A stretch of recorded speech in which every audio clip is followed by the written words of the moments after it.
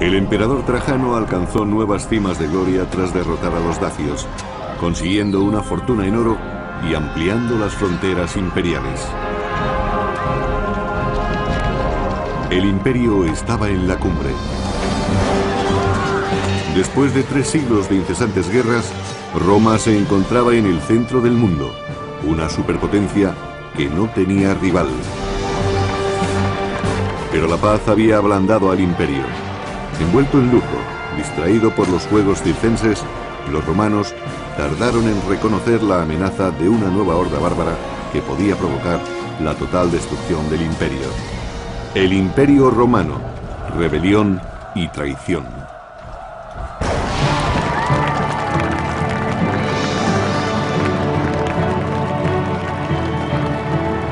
$200 años después de la muerte de Julio César, el imperio se encontraba en un buen momento.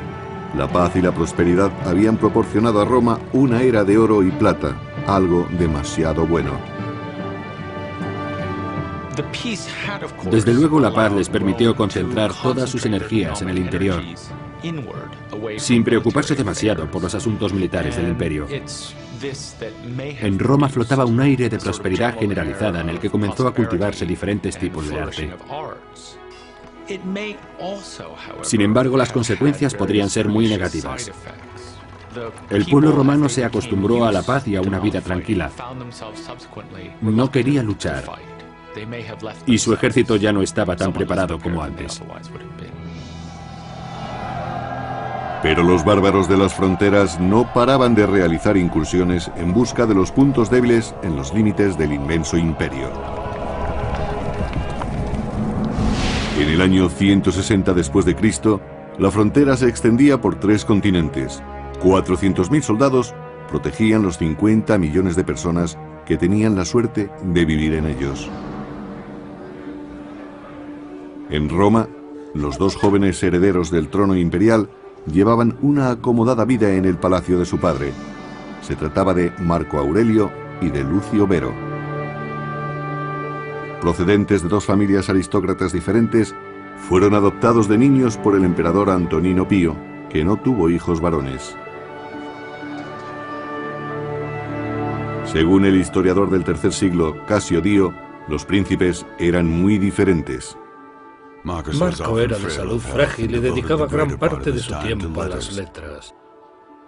Lucio, por su lado, era más joven y vigoroso. El espíritu libre de Lucio Vero y sus escándalos sorprendían con frecuencia a los romanos. En contraste, el intelectual Marco Aurelio se tomaba muy en serio su posición. Marco Aurelio fue criado y educado para gobernar más tiempo que cualquier otro emperador en la historia de Roma. De los 2 hijos adoptivos del emperador Antonino, uno era su claro favorito, el estudioso Marco, al que le concedió su más preciada posesión, su hija Faustina, lo que convirtió a Marco en su heredero principal.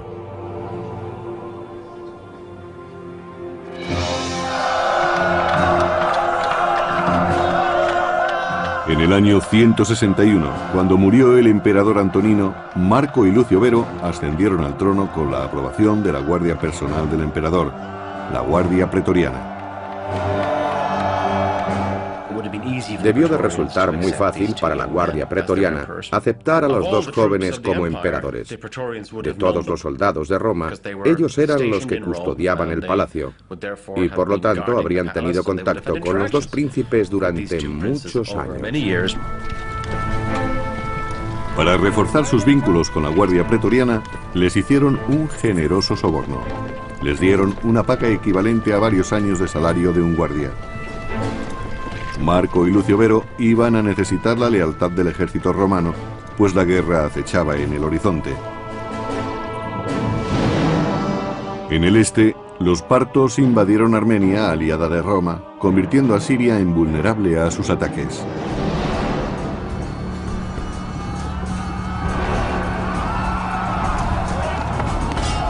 Según el historiador clásico Casio Dio, el general de los partos atacó a los romanos por todos los flancos, aniquilando a sus tropas junto con sus jefes. El combate fue salvaje y los romanos no pudieron resistir el ataque de los partos.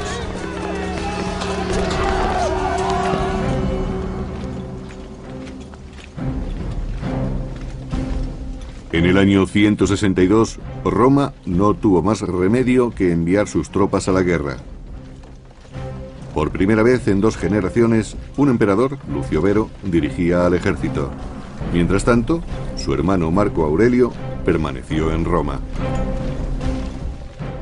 Realmente ninguno de los dos tenía experiencia militar. Marco, que era el mayor de los 2 emperadores, mandó a Lucio Vero al este para contener la amenaza. Vero partió de Roma y estableció un cómodo cuartel general en Antioquia, lejos del frente de batalla. Vero, o al menos sus burócratas, estaba en comunicación constante con sus militares en el campo de batalla. Realmente fue un líder ausente, pero su estrategia daría resultado si tenía buenos jefes militares. Afortunadamente para Vero, durante la campaña en Siria contó con uno de los mejores generales de su generación, Avidio Casio. Avidio había participado en política durante mucho tiempo, pero la guerra demostraría ser su principal talento. Era un general de origen sirio muy experto y tenía contactos con la nobleza de Oriente. Vero se limitó a permanecer en Antioquía dando fiestas mientras Avidio dirigía la campaña.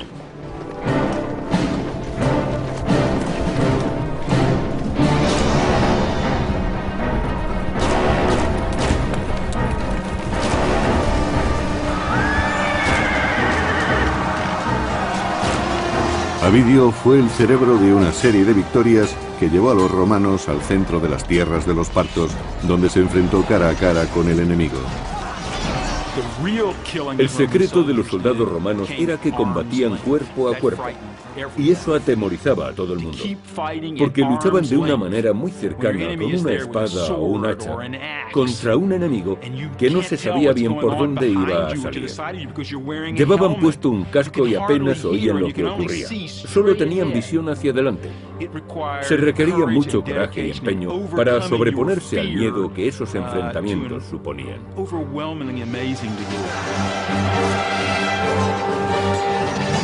A lo largo de los siguientes 3 años, Avidio y sus tropas arrasaron brutalmente Partia.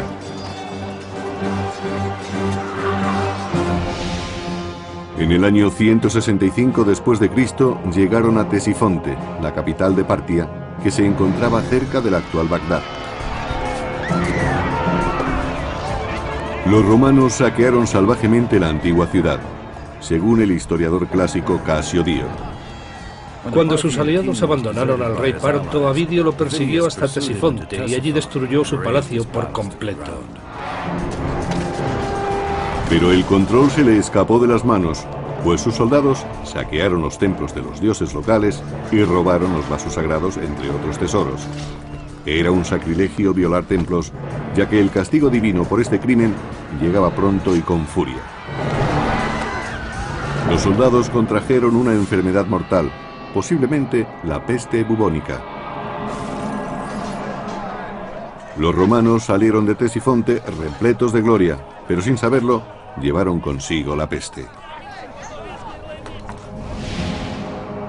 Después de conquistar Partia y asegurar el imperio por el este, Avidio y el emperador Vero regresaron a Roma.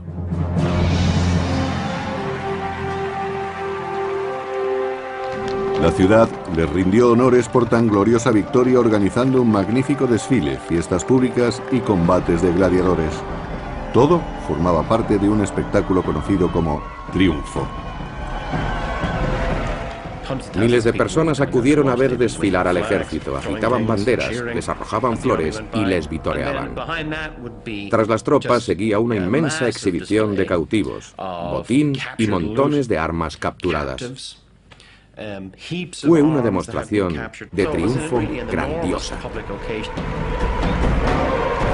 Tras meses de preparación y al costo de una pequeña fortuna, el triunfo resulta a veces una experiencia para toda la vida. Vero lo celebró con su nueva esposa, Lucila, hija de su hermano y coemperador Marco.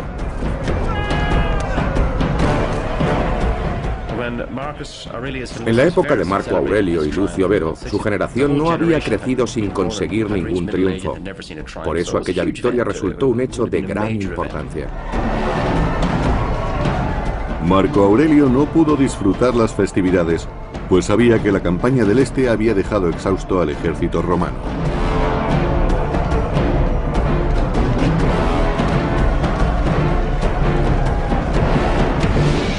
Mientras Roma festejaba su victoria, unos bárbaros se preparaban para atacar las reducidas defensas de la frontera norte del imperio.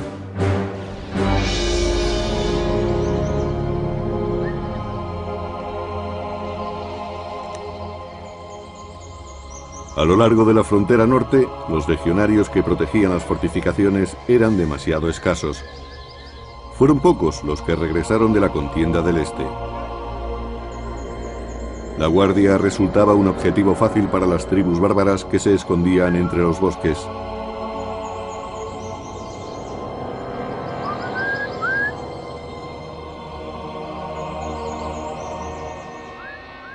La capacidad combativa de los germanos había aumentado muchísimo, comparada con la que tenían en su primer encuentro con los romanos en el siglo II a.C. Ahora eran tribus que movilizaban grandes ejércitos, un enemigo formidable. Ya en el siglo II se habían convertido en un adversario temible.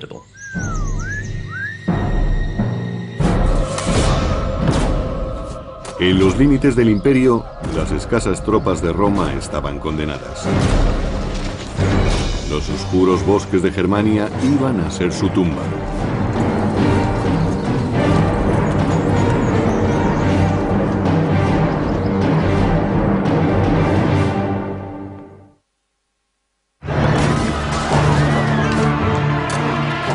Mientras los hermanos Marco y Vero compartían el título de emperador, su general, Avidio Casio, conquistaba el gran imperio parto, pero a un terrible precio.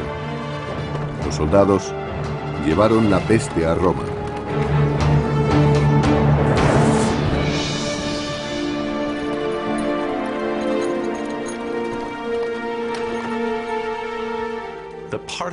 La guerra contra los partos sostenida por Lucio Vero, el hermano adoptivo de Marco Aurelio, pareció ser la causante de una peste que invadió la cuenca mediterránea y que provocó una inmensa mortandad en todo el imperio romano.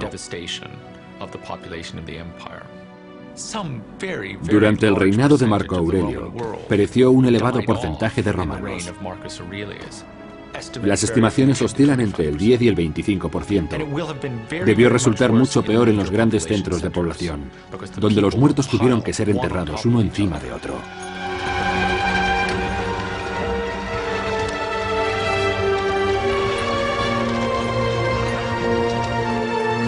Los charlatanes prosperaban vendiendo falsos amuletos de hierbas para prevenir la enfermedad.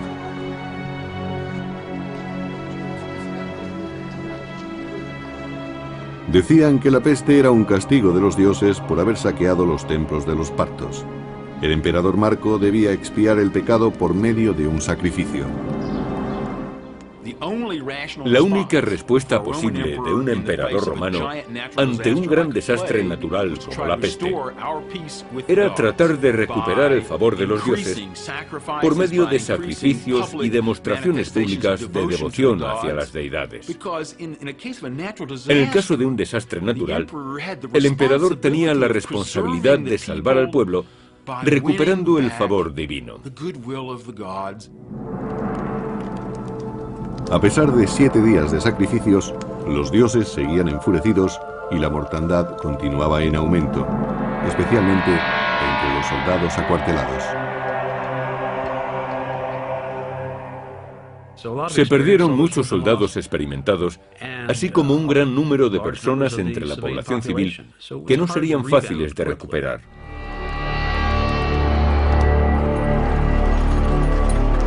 Herido, el imperio se estaba debilitando. Mientras, sus enemigos se preparaban para asestarle un golpe mortal. En el año 167, 6.000 bárbaros germanos cruzaron el Danubio e invadieron la provincia romana de Pannonia. Saquearon a los desprotegidos provincianos, asaltando pueblos y capturando cientos de rehenes. Algunos bárbaros quisieron apoderarse de suelo romano. No sabemos si se trataba de una incursión o si querían emigrar, pues muchas tribus conocían las ventajas de la civilización romana y querían aprovecharse de ellas. Las incursiones fueron frecuentes y a Marco Aurelio le resultó difícil movilizar sus tropas para mantener el orden. Durante varios días de agonía, los bárbaros atacaron la indefensa provincia de Pannonia. Las legiones romanas estaban demasiado lejos y dispersas por la vasta frontera imperial. Cuando llegaron los legionarios, los feroces germanos casi los aniquilan. Creo que muchos habían imitado el estilo e incluso habían capturado equipo romano. El ejército germano de tiempos de Marco Aurelio debía de ser un enemigo formidable. Cuando la primera oleada empezaba a flaquear, acudieron más soldados romanos desde otros puntos de la frontera. Su sincronizado ataque de caballería, junto con tropas de infantería, forzó a los bárbaros a retirarse.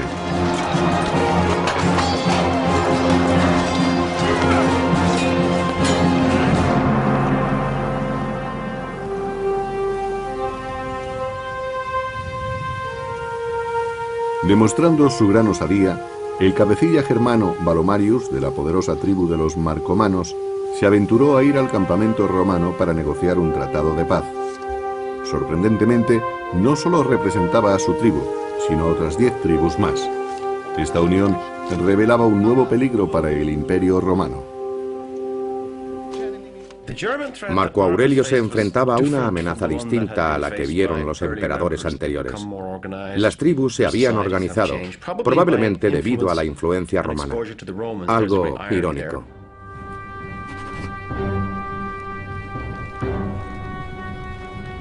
Alarmado por la amenaza de los bárbaros, Marco Aurelio se dirigió a Pannonia. Sin tener experiencia en el combate, Marco tuvo que confiar en el general pompeyano para que le ayudara a conquistar la gloria.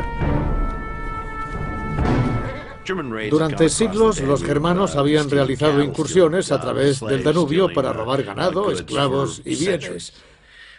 ¿Por qué Roma quería ahora organizar una expedición de castigo contra aquellos bárbaros? En mi opinión, Marco Aurelio quería participar en una operación militar de cierta envergadura para mejorar su imagen en Roma. Aunque el hermano de Marco, el emperador Lucio Vero, también se unió a la campaña, estaba ebrio y no se encontraba bien. Antes de llegar a la frontera, Vero sucumbió a la peste y toda la expedición tuvo que regresar.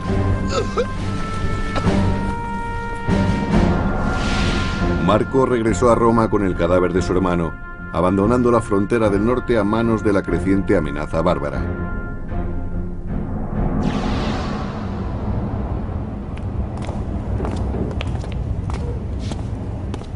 En la corte se enfrentó a una crisis. Las numerosas guerras habían dilapidado el tesoro imperial. No quedaba dinero para una nueva expedición contra los germanos. La mayoría de los oficiales debía ser lo suficientemente rica como para que la ausencia de una paga no tuviera gran importancia. Pero los soldados vivían al día y si no había conquistas, no había botín. Marco Aurelio recurrió a medidas extremas de acuerdo con la historia augusta. Marco subastó su propio mobiliario imperial. Vendió copas de oro y cristal, incluso los vestidos de seda con pedrería de su mujer. Es como si la familia real británica anduviera mal de fondos y subastase las joyas de la corona para conseguir dinero. A esto lo llamaría un trabajo de relaciones públicas, porque no se puede conseguir dinero para financiar una guerra vendiendo vajillas, que es más o menos lo que hizo el emperador. Sin embargo, demostró que estaba dispuesto a hacer un sacrificio personal para el bien común. El mismo tipo de sacrificio que los americanos hicieron comprando bonos de guerra durante la Segunda Guerra Mundial.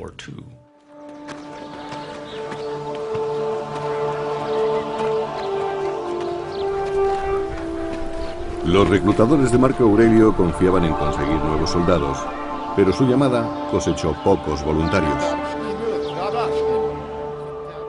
El Imperio Romano padecía una fuerte pérdida económica y de hombres. Quizás por eso la gente era reacia a alistarse. Las familias no confiaban en enviar a sus jóvenes sanos a la guerra.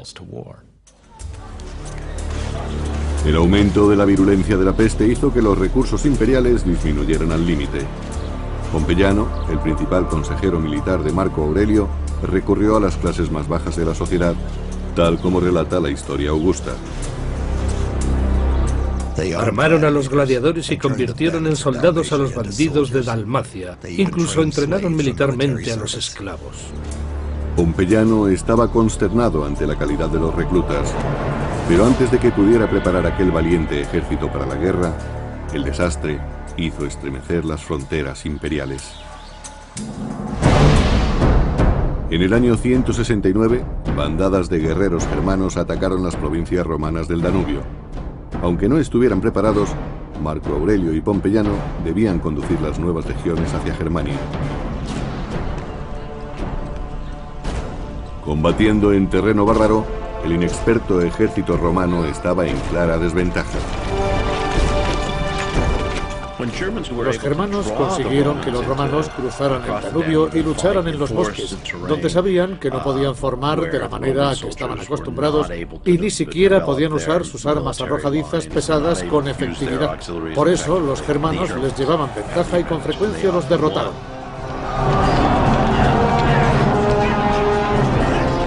En la primavera del año 170, las dos mayores tribus germanas, la de los marcomanos y la de los cuados, se aliaron contra los romanos y los derrotaron.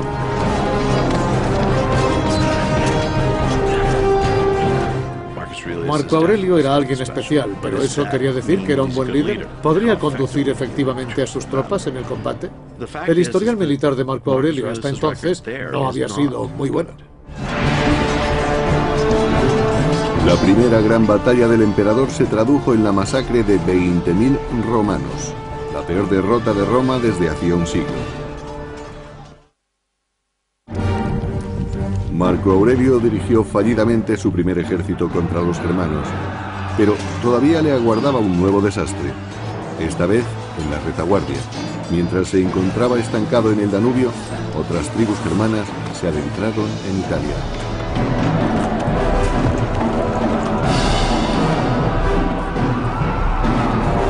En el año 170 después de Cristo, los bárbaros se abalanzaron y saquearon la rica ciudad portuaria de Aquilia, cerca de la actual Venecia. Era la primera vez en 3 siglos que los bárbaros se adentraban en Italia.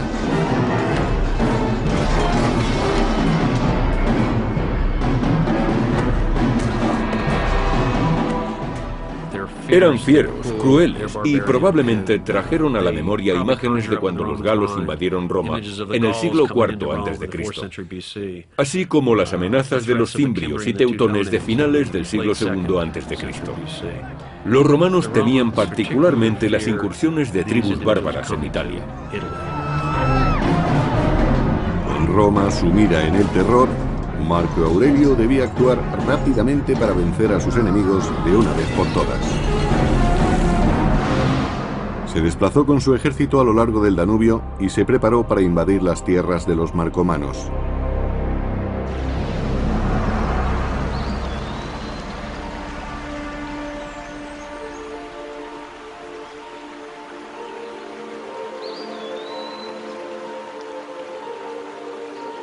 Los fríos bosques del norte resultaban extraños al emperador romano. Solo y lejos del único hogar que había conocido, se adaptaba mal a la dura vida del ejército. Su salud empeoró. Sabemos que el antiguo y famoso médico Galeno trató personalmente a Marco Aurelio durante un tiempo. Le preparaba una medicina que debía tomar todos los días, tanto para curar sus enfermedades como para prevenir otras. En particular la peste, que seguía haciendo estragos entre sus tropas. Con la muerte fija en su mente, Marco Aurelio escribió sus pensamientos más íntimos en un diario conocido como Las Meditaciones, que se sigue publicando en la actualidad y que nos muestra a un hombre que lucha contra su suerte. No te comportes como si fueras a vivir 10.000 años. La muerte pende sobre ti. Mientras vivas y puedas, compórtate como un hombre decente. La filosofía le enseñó una manera de enfrentarse a la crisis y a los terribles problemas que diariamente tenía que resolver en el Danubio. La soledad de los bosques germanos era muy diferente del caos y la sangría a la que Marco se enfrentaba en el campo de batalla. Organizó una serie de incursiones contra las tierras de las tribus más peligrosas, los sármatas, los cuados y los marcomanos.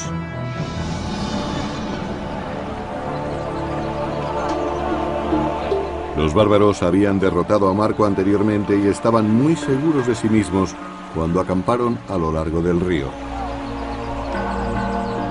Pero Marco había aprendido de su enemigo y abandonó las formaciones en línea en favor de unas más pequeñas y móviles llamadas unidades de vexilarios.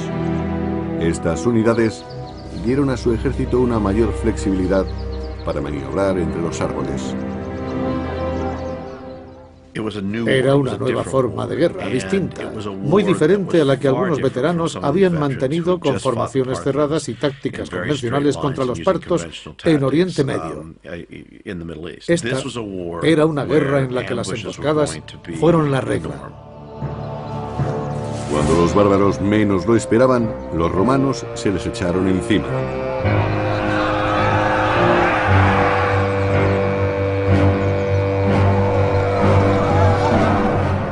En el centro de un combate, el soldado romano se encontraba en una situación muy peligrosa, en la que tenía que administrar la adrenalina que le permitiría luchar. Debía permanecer tranquilo aunque tuviera el corazón a punto de estallar. Tenía que dejar a un lado el pánico natural que afecta a todos cuando se está a un paso de un frente que es igual de peligroso para todos.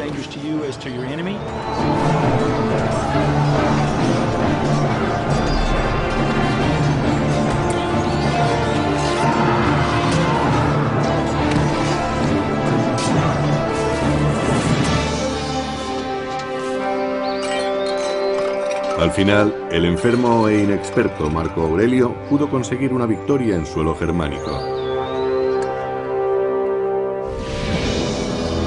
Los romanos construyeron una cadena de fortalezas en el territorio de los marcomanos y de los cuados. La anexión de Germania comenzaba a prosperar. Pero los germanos atacaron fieramente las fortificaciones. Con el orgullo herido, los bárbaros organizaron ataques bien coordinados contra las guarniciones imperiales. Los germanos que atacaban a Marco Aurelio en el bosque no eran los salvajes vestidos con piel de oso, escudos de madera y grandes hachas que vemos en Hollywood. Habían tenido contacto con los romanos durante 2 siglos, habían aprendido sus técnicas y sabían cómo luchaban.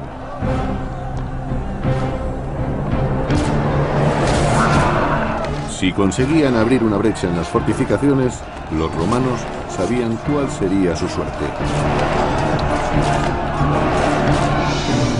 Pero en los fuertes, Marco Aurelio visitaba a sus hombres alentándolos y exponiéndose al mismo peligro que ellos.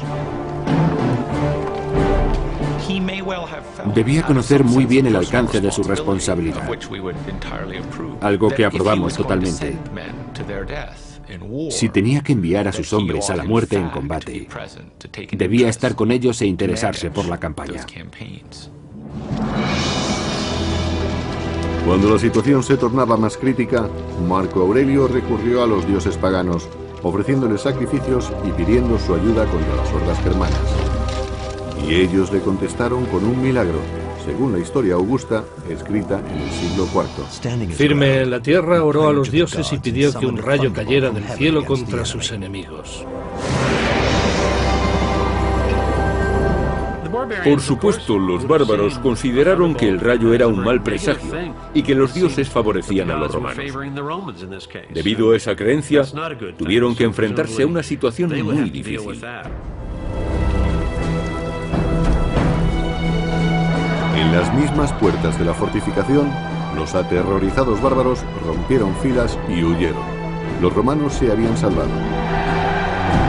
Asombrados, los soldados de Roma vitorearon a Marco Aurelio y le dieron un nuevo título, Germánico, el conquistador de Germania. Con mucha perseverancia, disciplina y milagros, según algunos, el emperador Marco Aurelio consiguió ventaja en su lucha por la conquista de Germania.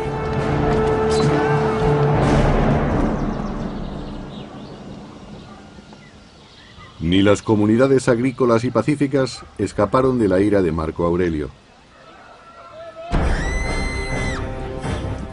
Los romanos hicieron sentir su dominio con el filo de sus espadas.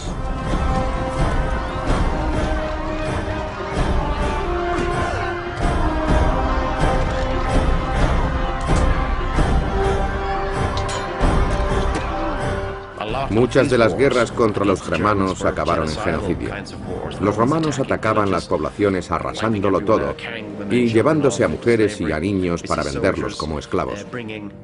También cortaban la cabeza a los enemigos para obtener recompensas. Los romanos celebraron aquel terrible conflicto erigiendo un gran monumento conmemorando las campañas germanas de Marco Aurelio, la Columna Aureliana. La columna aureliana recordaba una campaña brutal y horrible que el emperador mantuvo para la seguridad del pueblo. Tuvo un coste enorme y no resultó agradable.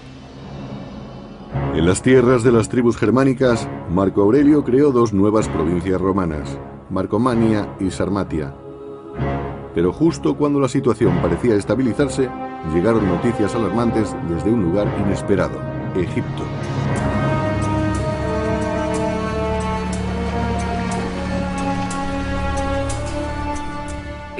Debido a su riqueza, Egipto era uno de los territorios más importantes del Imperio Romano. Se temía que si alguien llegaba a controlarlo, pondría en peligro a todo el imperio. Estos temores demostraron estar bien fundados cuando los rebeldes egipcios dirigieron una sangrienta revuelta contra sus dueños romanos. El terror en el desierto fue en aumento.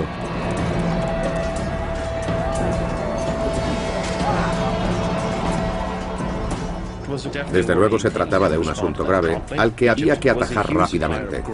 Egipto era un gran suministrador de grano al imperio, y quien controlara aquel país podría interrumpir el suministro de alimentos al pueblo de Roma. Por eso presionaron al emperador para que resolviera la situación. En el año 174, Marco Aurelio recurrió a Siria, donde tenía estacionadas 3 legiones, y las envió a Alejandría, Egipto. A la cabeza del ejército vengador marchaba uno de sus amigos más antiguos y en quien más confiaba, Avidio Casio. Marco Aurelio eligió a un general famoso y de éxito, Avidio Casio, para que ejerciera el mando superior en la mitad oriental del imperio, por encima de los gobernadores provinciales.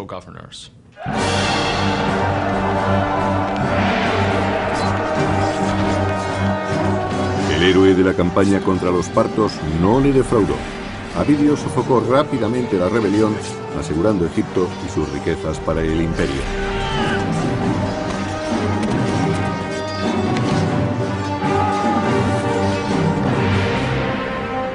Pero en la frontera norte de Roma, Germania, el enemigo resultaba mucho más esquivo.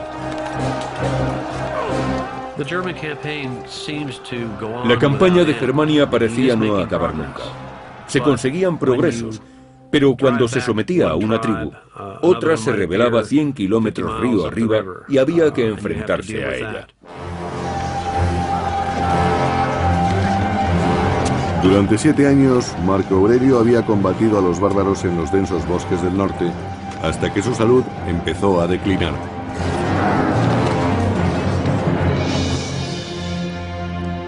En el año 175 cayó enfermo en la frontera con Germania. Tanto si fue a causa de la peste o de úlceras, su muerte parecía inminente. Su enfermera y esposa Faustina había vivido junto a él durante 20 años y ahora empezaba a preocuparse por su propio futuro. Para las emperatrices o princesas estaba claro el destino que les aguardaba si su hombre moría, caía en desgracia o era depuesto. Su esperanza de vida junto con la de sus hijos se podía contar en minutos. Tenían que asegurarse de que sus maridos estaban bien y contaban con apoyos. Si no era así, debían empezar a pensar en un plan de contingencia. La preocupación tenía sobrecogida a Faustina. ¿Quién la protegería si su marido moría? Como recurso, ofreció su mano y con ella el imperio a otro noble, Avidio Casio, el famoso general de las legiones de Egipto. Ansioso de una gloria que creía merecer, Avidio decidió aprovechar la oportunidad de convertirse en emperador. Según la historia augusta, mientras Marco todavía respiraba, Avidio Casio propagó el rumor de su muerte. Le dijo a su ejército que el Senado había decretado que Marco Aurelio era un dios y seguidamente se proclamó emperador. Es posible que Avidio creyese que obrando así beneficiaba al pueblo, que consideraba que Marco Aurelio era un buen emperador en muchos aspectos, pero no precisamente en asuntos militares.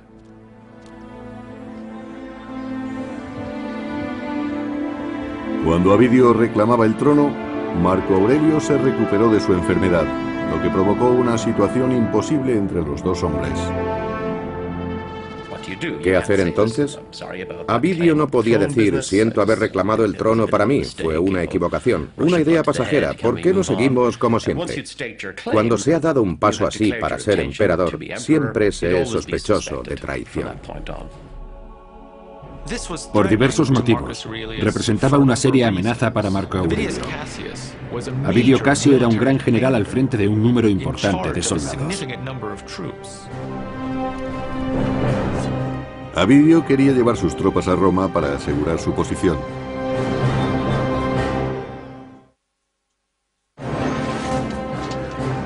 En el año 175 después de Cristo, Marco Aurelio, ocupado en la campaña de Germania, es traicionado por un amigo íntimo, Avidio Casio. Sorprendentemente, Avidio había sido incitado por la misma esposa de Aurelio para que reclamara el trono.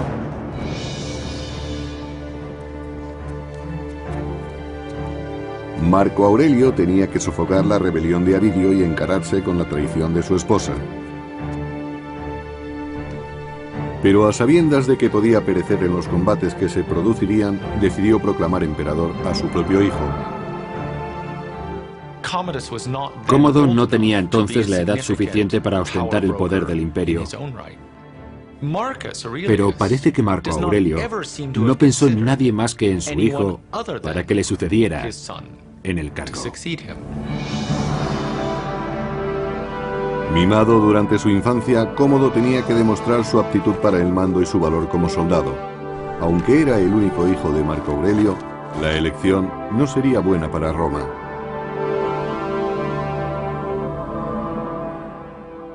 ¿Por qué tuvo que elegir a Cómodo?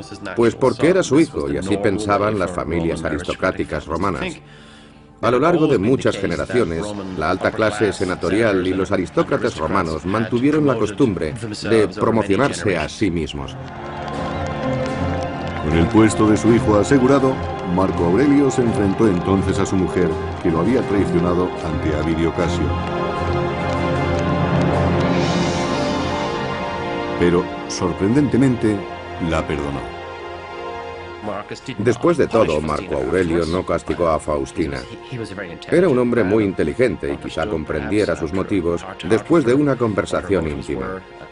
No se divorció de ella, ni la deshonró. Cuando preparaba a sus tropas para marchar contra la legión de su adversario, apareció un mensajero enviado por los soldados de Avidio. Habían destituido al usurpador con el deseo de evitar la venganza del emperador. Conocían muy bien cuál sería el precio de la traición. El procedimiento normal en estos casos era una ronda de denuncias, interrogatorios, torturas, exilios, ejecuciones y suicidios forzados. El mensajero llevaba un siniestro presente, la cabeza de Avidio Casio, el que fuera amigo del emperador. De acuerdo con el historiador Casio Dio, a Marco Aurelio le dolió tanto la muerte de Avidio que no quiso mirar la cabeza de su enemigo.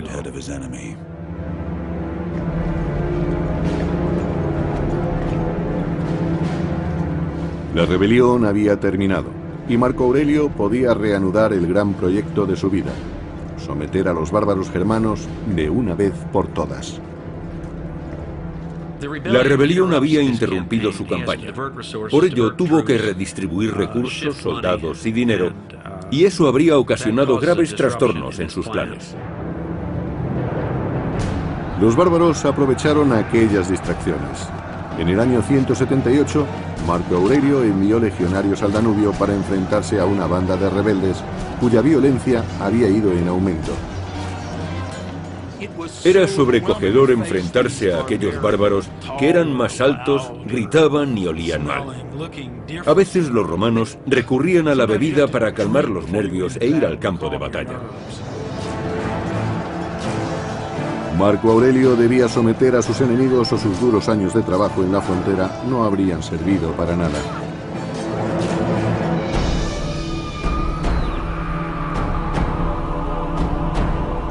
Marco Aurelio, ya envejecido, logró aislar a los cabecillas rebeldes y los mandó matar brutalmente. Creía que con otra campaña más acabaría con el conflicto. Las guerras de Marco Aurelio contra los germanos duraron demasiado tiempo. Pero no está claro que Marco y sus aliados supieran desde el principio que se iban a prolongar tanto. Con 60 años, Marco Aurelio esperaba que su hijo y heredero, Cómodo, continuara luchando contra los germanos, una lucha que le había ocupado casi toda su vida. Marco Aurelio había educado a su hijo y lo había llevado en su campaña, pero era demasiado joven. No creo que Marco Aurelio se diera cuenta de la clase de emperador en que iba a convertirse Cómodo. En su papel de coemperador, Cómodo se mostró perezoso. No manifestó interés por las victorias conseguidas por su padre Marco Aurelio, a diferencia de lo que un hombre habría hecho. Sin embargo, estuvo al lado de su padre, el emperador, cuando éste murió finalmente, debido quizás a la misma peste que había llevado a su hermano a la tumba.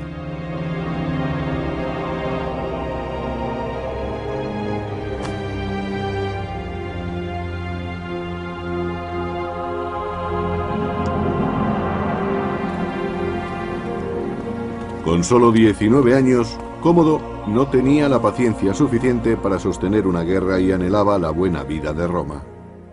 Cómodo no tenía ni el liderazgo ni la visión de su padre, y quiso terminar rápidamente con las largas campañas del Danubio. Una medida que fue muy perjudicial para Roma. Con tratados frágiles y unas reducidas guarniciones, Cómodo, el nuevo emperador, abandonó Germania, desperdiciando 13 años de sangrienta lucha para regresar a la plácida vida de Roma.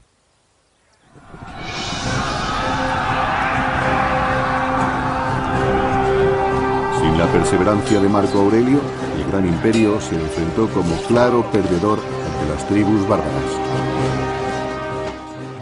Cuando alguien se enfrenta a una tormenta perfecta de mala dirección, mala suerte y amenazas exteriores, se encuentra en una situación realmente difícil. Lo que descubrieron, por lo menos en tiempos de Marco Aurelio, es que no podían enfrentarse al mismo tiempo a incursiones más que en un número limitado de puntos de la frontera. La suerte iba contra Roma. No volvería a tener otro emperador como Marco Aurelio. De acuerdo con Dio, fue el comienzo del fin. Nuestra historia empezó a salir de un reino de oro y plata para entrar en uno de hierro y polvo.